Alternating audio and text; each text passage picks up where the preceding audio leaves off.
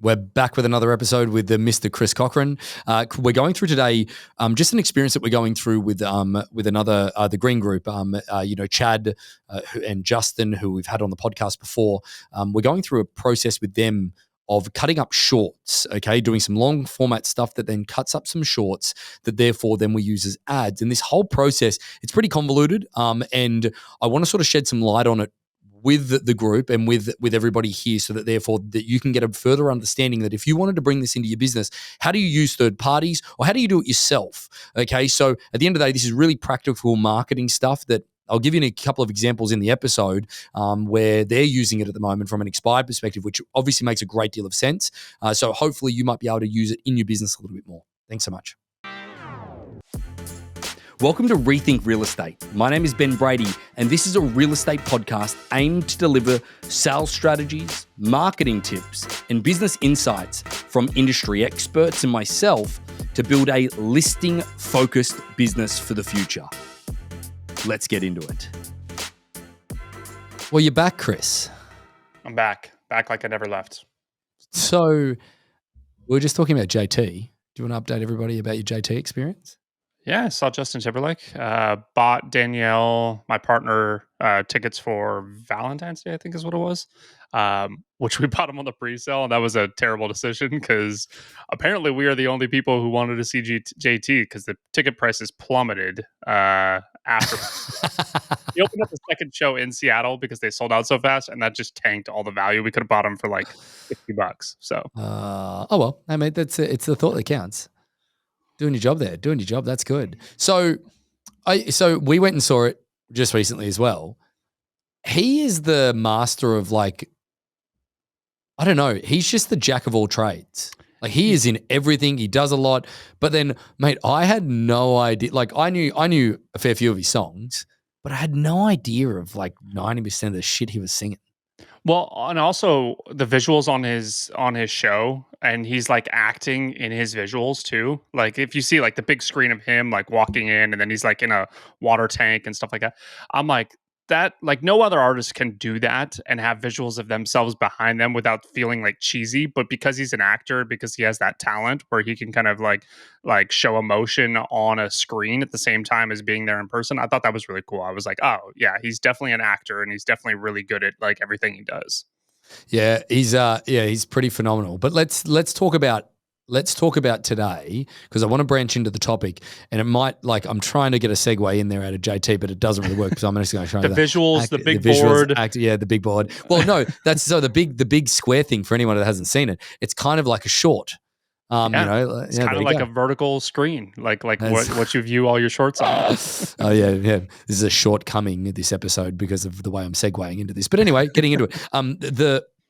The thing that I wanted to talk about today, because we're going through this at the moment with the Green Group and doing some advertising stuff with them, is that the value of having shorts and reels in order to then advertise to a set marketing base. So where I'm going with that and what I want to talk about here quickly is that obviously everybody understands the sort of nature of the way that we've sort of spoken about it on the podcast, the way that we believe you should be marketing to your database. You should be targeting them in one, you've got to have a significant enough audience of at least 1,000 people in order to then passively target them over a period of time in order to make sure that you're top of mind awareness to them. I think that is the future of marketing. It is the future of no longer a flyer drops and all of that type of stuff relevant. I really do believe that that's the way that it goes. Now, we came up with an idea with one of the people that does a fair few auctions with us.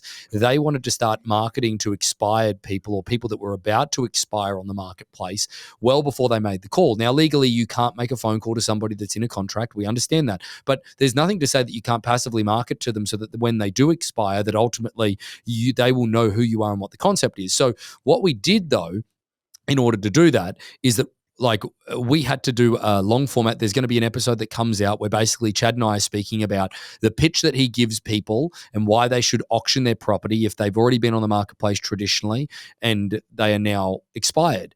And that then created all of this short form content within 60 seconds in order to then use it as ads in order to target a specific audience. And it just got me thinking, Chris, 99% of the people that we're speaking to at the moment that are listening to this probably don't have any idea of what we're talking about or how to do it, where to go for resources, what should they look for, how do they get the long format content? Because with all due respect, Chad's a good buddy of both of ours, is that we've had to drag him kicking and screaming to this because he has no fucking idea either, like zero idea how to execute it or do it, and was about to go out and pay a really expensive company to try and figure it out.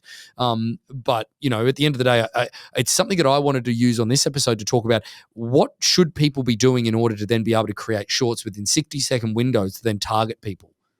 Yeah, and the way we do it, we obviously have people on this podcast and then we chop it all up from that standpoint. So we have 45 minutes on this podcast of someone talking back and forth. We take little snippets of that when they, mention auction or they mention something about marketing a listing or anything like that, or how great we are. And then we take that little clip, we transform that into a vertical view. So it sits naturally inside of a phone screen instead of a landscape screen like you would see on YouTube or anything like that.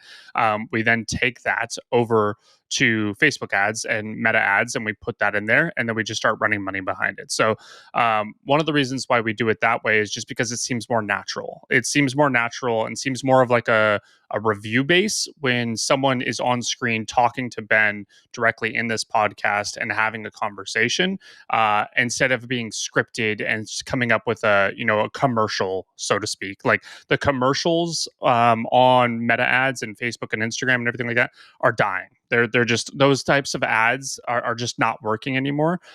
Even the static ads that seem very, very cheesy and very like, click here to download a property report or something like that. All those have been dying as well. So I would say the easiest way to get stuff that you're looking for from a short standpoint as a realtor is find a way to record some kind of big long form content. In our case, it's the podcast.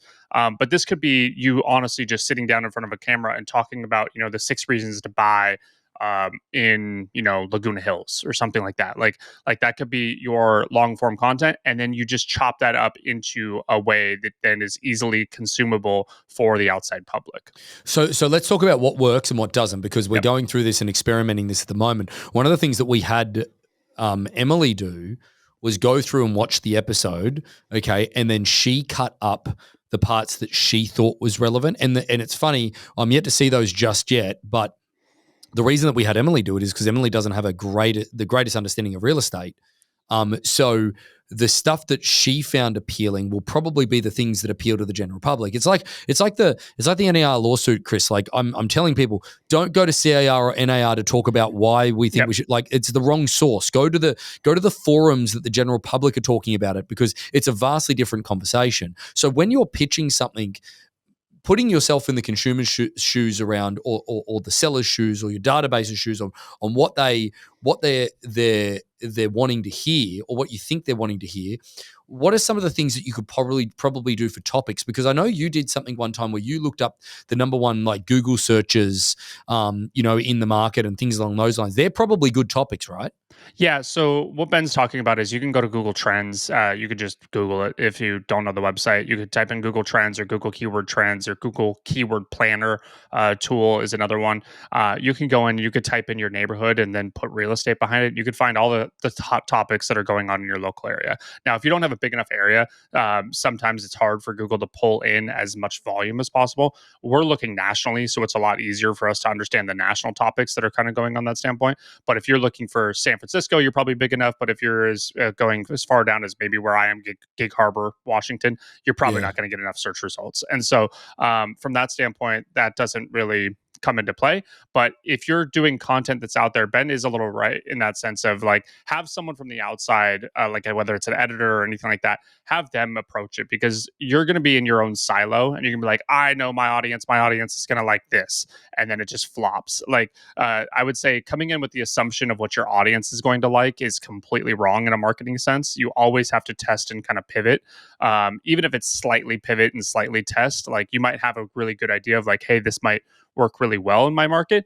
But then you just need to see the reaction. Like that is also where taking the stuff that's done really well organically and putting money behind that. Like say you have a short that you put on, Instagram or Facebook, and a lot of people really liked it. Like I would say for example of this, like Kathy and Brenna, when they post their organic content and they do some good organic reels and they see one of those blow up, I would take one of those immediately and I would just spin up an ad for that. I would do the same thing, because what you're trying to do is, you're just like Ben talked about in the beginning, you're just trying to get you're just trying to get your content in front of more people, more eyeballs. That's really your only goal for this.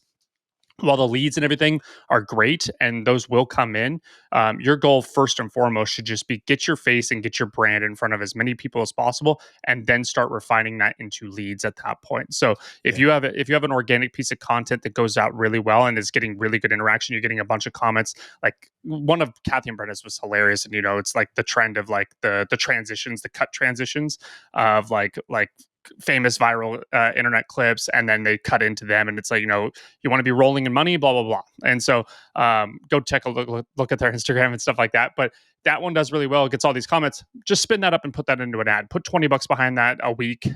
See how much more eyeballs you can get in front of that, and then watch what it does to your pages and people liking it. So then you don't have to pay for those people in the future. That's what I would probably say.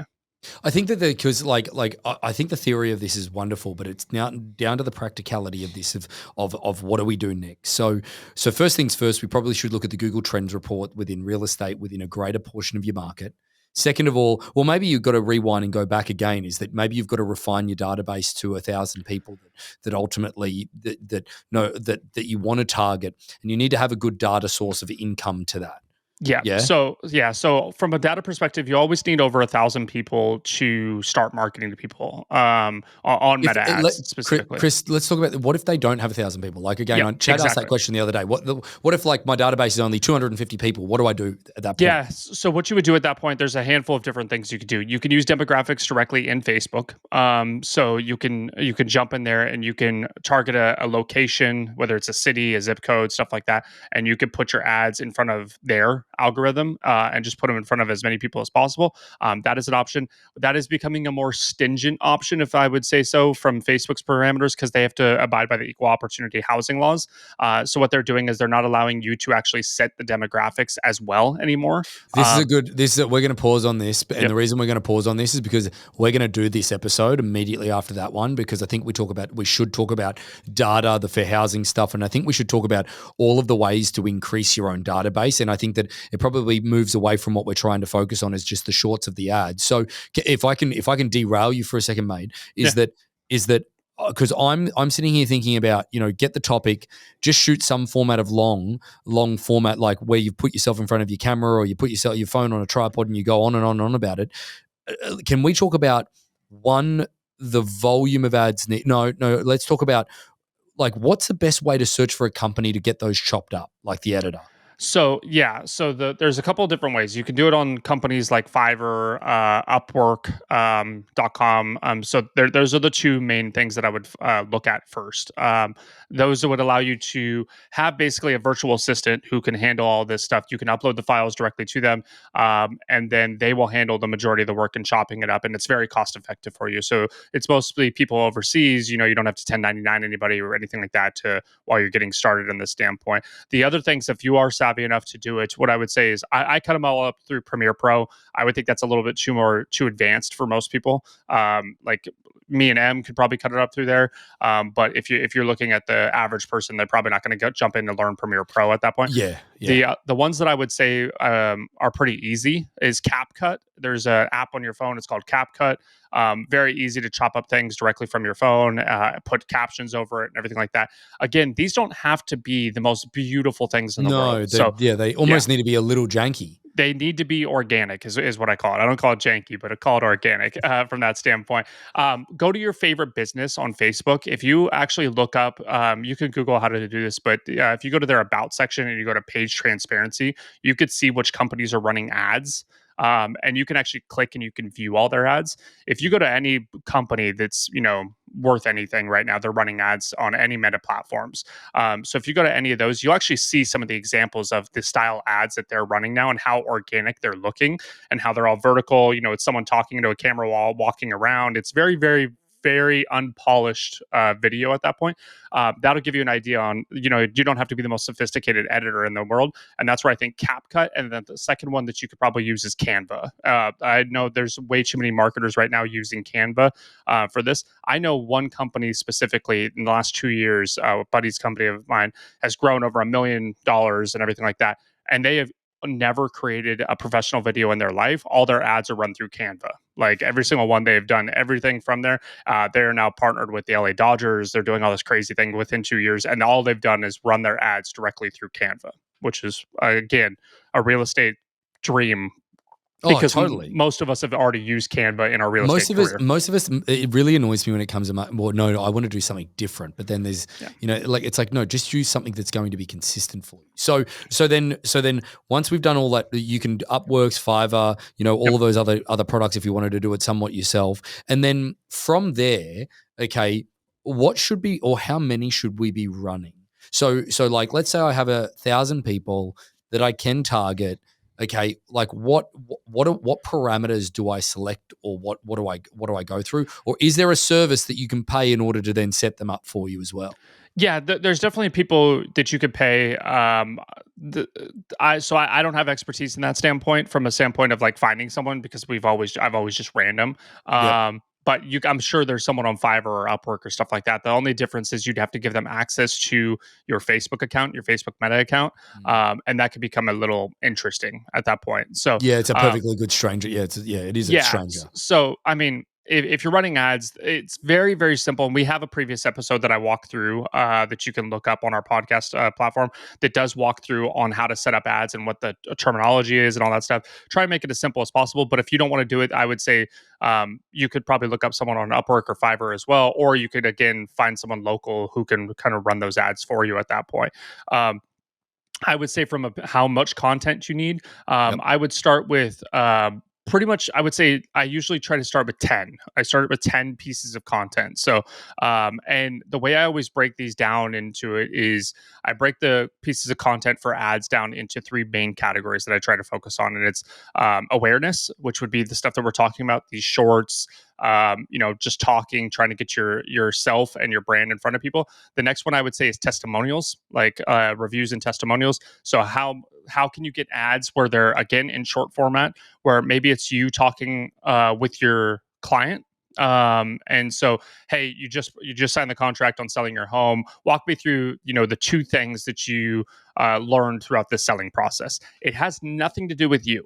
It doesn't have to do anything to do with your service or anything like that. But it's showing instinctively and subconsciously. It's showing I helped them sell this home, and here's what they learned. And so it's info that they're pushing out to the public, and it's stuff that people would consume, and its value and everything like that. But it's not necessarily saying, "Oh, Chris is the best realtor of all time." Yeah. Like that's inherently shown because I helped you sell your home for top dollar and blah blah blah blah. So that part doesn't matter. So I would say awareness, testimonial, and the last thing is call to action ads, CTA ads. These CTA ads, these call to action ads, are very much just trying to get the leads that you're then curating from those other 2. And it's something as simple, Chris. Like you could, like, let's say that there's a recent sale that happens in a neighborhood. Exactly. You could legitimately just like pop on and go. You could legitimately go 38 Smith Street sold for 400 and no, like you could probably do something that's a little bit more shock and awe. Like you could probably go $1.75 million. That was the recent sale price for 38 Smith Street. It was a 4-bedroom, 2-bathroom. It was 2,800 square feet, and it sold in Laguna Niguel, which is now might have changed the average sale price of all the area. There's a little link below, or you can say, hey, if you go to click learn more, I can send you over a report of what we think your property's worth. Yeah, something like that. It could be that. It could be as detailed as that. It could also just be like 1234 Smith Street is sold. Comment down below to learn for me to send you the details and the sale price and what the process. Oh, that's good. Like good. You could kind of go as vague as you want and then as detailed as you want. So it depends on if you want to give all the value up front and then try to get them to kind of hook, line, and sinker them into a showing request, or you could say, hey, if your 1234 Smith Street is just recently sold, it's going to change all the home prices, or say, this record sale is going to change all the home prices in Laguna Hills. Comment down below 123 4 Smith Street for me to send you a DM with all the other information. Like, yeah, because I'm thinking refine that a little bit, obviously. I'm thinking I'm thinking about a little bit of content stuff. Like maybe if you just went through a neighborhood, like in neighborhood by neighborhood, and you went through the top 5 sales, right? You could literally be a long format video, right? That goes for, I don't know, probably 3 or 4 minutes, and then just get somebody to cut that up, and you could do it like all in one take. Have your piece of paper there, reading it in front of you or whatever it is. Hey, top 5 sales for the neighborhood of this year was that. That could like form a lot of your content. Yeah, and from those 10 pieces of content that we're talking about and those 3 buckets that I was going into, the awareness and the testimonials that we're running specifically, we put like $15 a day behind those. Yeah. Like we put like nothing behind those, and they get thousands and thousands of impressions for our actual target audience. We had a lead come in this morning, literally this morning off our website. And we have a thing on our website that says how do you hear about us, and it literally says social media, like social media, like immediately coming in, and they didn't come in through an ad or anything like that. They came in directly to our website because they remembered the name, or they took a screenshot and they went back to our website. They've just probably clicked the page and then clicked the website, you know what I mean, or something like that. Yep, exactly. So that doesn't get accredited to any of Meta's ads or anything like that directly, but it actually comes into us because they came through social media. And this is the final point, Chris. I want to kind of make on my side of things, and I want to sort of round out everything, unless I'm sort of missing something that you want to add. This is one thing that I had to absolutely unequivocally, make sure that when we started doing this with Chad and Justin, I said to them, there is a 6-month commitment here, because this is a lot of effort for everybody that's involved, and you will never know if it's working or it's not. Like, don't get me wrong, your strike rate might go up or whatever it may be, but I guarantee you that if that person didn't click social, like you could ask them, where did you find us? They would have said website. Do you know what I mean? Or something like that. But it really came from the impression of social. Like, you will not know if this is working or if it isn't. Yeah. That's why we added that piece to our website. Specifically, we added that one little field on our contact form that says, how did you hear about us? Because we're trying to track those information. If you don't care about the tracking of that information and you just want more business, like you're not going to know. You're not going to know at all where this is coming from, but it should help, just like a bus bench ad would help, like your door knocking efforts in the area or anything like that back in the day. This is now that version of that, where if you have these ads passively going on, when you cold call, when you door knock, when you meet people at the the Little League soccer, or anything like that. It's the digital bus bench. It's the digital shopping cart. Exactly. Thing. The trolley, trolley tag or whatever. Yeah, the trolley tag. Yeah, you guys don't say trolley here. I say no, we don't. No. The other thing I would say too, you need them to be running for a while. You need those ads to be running for a while, so Facebook gets better at delivering your ads. The problem with agents and what happens, not just agents, but any marketers out there, the problem that happens with a lot of advertising that we do on social media is we put some money behind it for a short amount of time, and then we turn it off. And then we're like, oh, it didn't work. Well, what you're doing is you're actually stopping the learning that the Facebook's algorithm does. And what you want to be doing is leaving it on. Even if it's a tiny amount of dollar, like you lower the spend or anything like that, you don't want them to have to go back into their learning phase as often. Now, sometimes that's going to happen, but what their learning phase does is that actually just costs you more money. Like, Facebook's just trying to show your ads to the right people, and they don't understand who the right people is yet. And so if you leave it on and you have this audience, you just keep adding to this audience over time, Facebook then will start delivering your ads more and more to the people who are more relevant to your business, the people who will click on your ads, they'll watch your videos, stuff like that. Well, again, that'll be something that I think we need to spend a bit of time on in the next episode with you, mate, is that I think we need to really dive into the data side of things. Yep. But hopefully we haven't confused many people. Hopefully we've given them an understanding of that, hey, some of that short format stuff and getting a little bit of help, whether it be from an external source or whatever it may be. I really do believe that this is the new way, like sending an email, versus something like Chris, we're getting very close to what you're doing from an email perspective for us, that if the social media keeps up with the minimal spend that it ultimately is, imagine if we just double, triple, quadrupled the spend, we'd probably end up with more leads than what the emails create from a readership perspective, from an audience capture perspective. But why not do both? You know what I mean? Like, that's the part of it that we're certainly leaning into at the moment. So hopefully this can help your business. Hopefully you can add it as part of your strategy a little bit more, because if you want a point of difference and you want an edge, this is what people are doing. 100%. Now, my one point on that though, Chris, before we end it, is, if you think about it, a new generation of realtors is getting taken over because of 100%. this stuff. Yeah, 100%.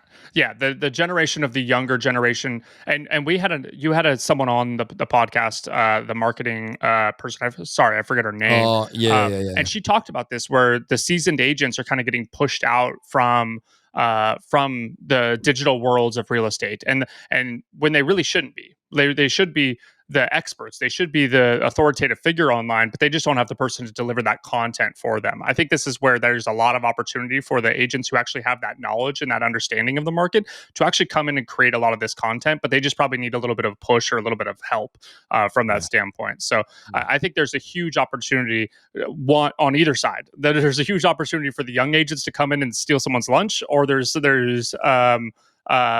opportunity for the seasoned agents to come in and kind of steal those young agents' lunch online because they don't know what they're talking about. Yeah, reinforce for sure. The big, from a transparency thing, I want to show with people real quick is from a lead perspective that we do have coming in. If that is your kind of focus and how much am I going to get in and stuff like that, we're seeing right now about $50 to $55 per lead that we're bringing in, and we're bringing in only like one lead per day, like online, because that's just what our team can focus on right now, and that's our monetary capabilities right now.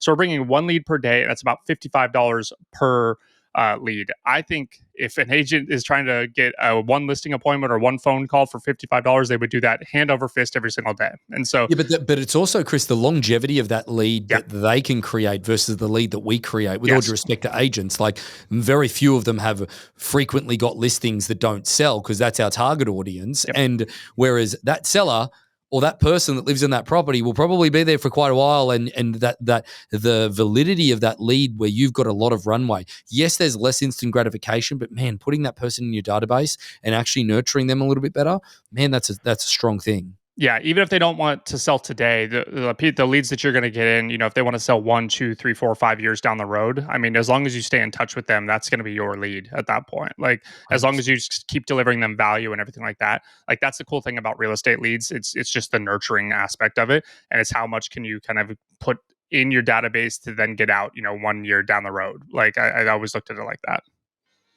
Well, mate, thank you again for your insights, and thanks for joining us on another episode. Thanks, guys. So about 75% of our audience hasn't liked, followed, or subscribed to our podcast.